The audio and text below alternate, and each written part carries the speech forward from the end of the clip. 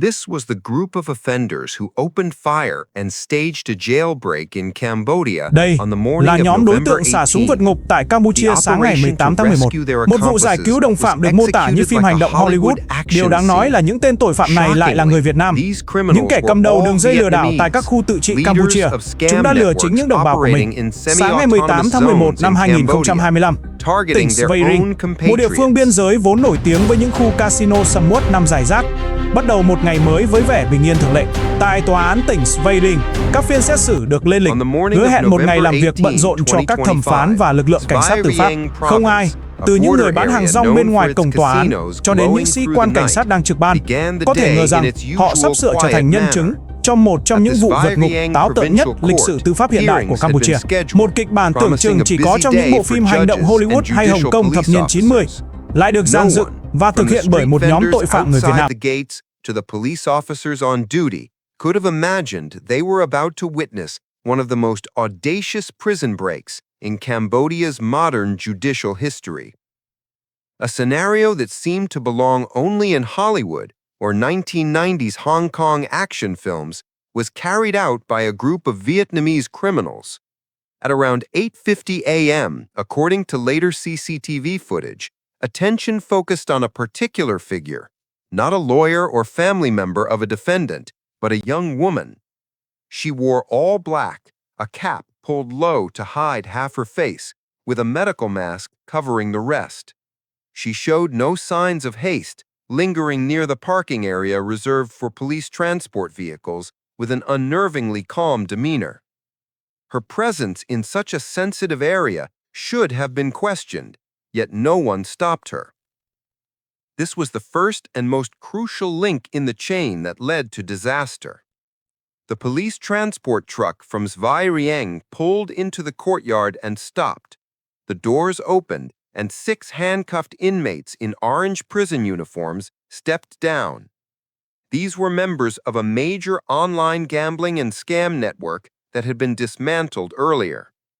As the ringleader set foot on the ground, the shadow in black struck. She approached swiftly and decisively, pulling out a dark object and pressing it into the hand of a male inmate, a handgun, believed to be a K-59, Type 54 or similar model. 2 nearby police guards noticed something wrong, but it was too late. At least 2 gunshots rang out. The armed inmate now controlled the situation, pointing the gun directly at the officers. Chaos erupted. The 4 escorting officers, representatives of state authority moments earlier, were forced to abandon formation. None of them were armed. Instinct overrode duty. They fled for cover. CCTV captured some tripping and falling, others crawling under vehicles to avoid gunfire. The courtyard of Sveiring Court turned into a battlefield.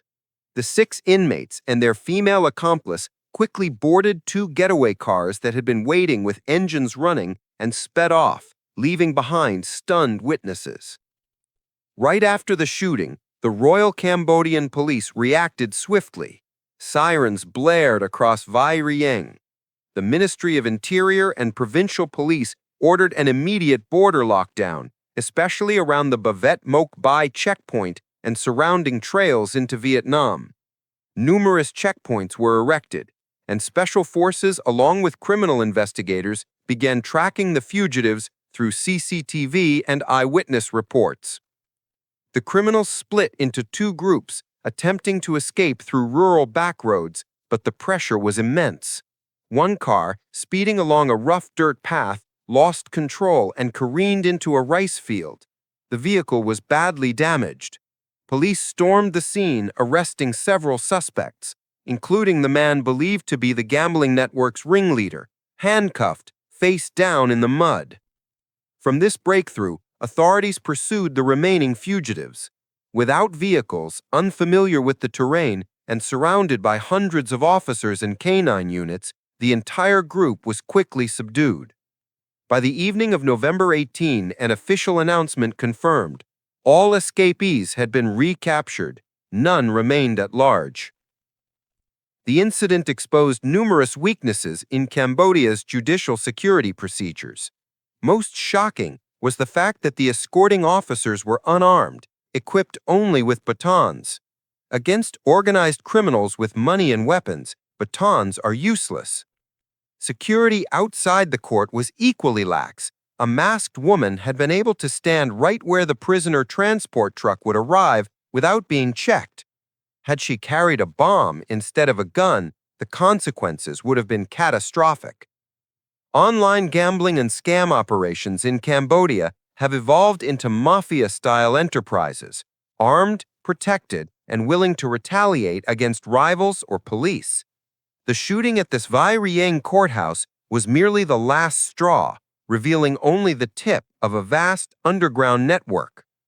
The city of Bavet, in particular, long dubbed the Las Vegas of the poor, hides behind its neon lights hundreds of compounds employing tens of thousands of Vietnamese workers, many tricked into crossing the border before being forced into online fraud.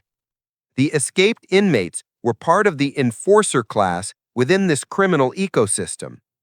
After this incident, the group will undoubtedly face additional serious charges: escaped, illegal possession and use of military-grade weapons, resisting law enforcement, disturbing public order, and more. Life imprisonment is entirely possible. The incident also compels Cambodia and Vietnam to strengthen cooperation. Vietnamese criminals jeopardizing Cambodian security is unacceptable, and strong crackdowns in the Bavet Vai Rieng area are expected. This serves as a stark warning. Do not believe promises of easy jobs with high salaries across the border. Do not idolize those flaunting wealth built on fraud. Heaven's net is wide, but none escape. No matter the guns, cars, or meticulous plans, evil will ultimately fall before justice. The incident in Vai Rieng is a red alert. Scam syndicates no longer operate solely behind computer screens. They have stepped into the real world, armed and dangerous. The fight against them must be more determined than ever. Thank you for watching this story. If you found it meaningful, please subscribe, turn on notifications, and share this video. And now it's time to say goodbye. Thank you for staying with Societal Stories.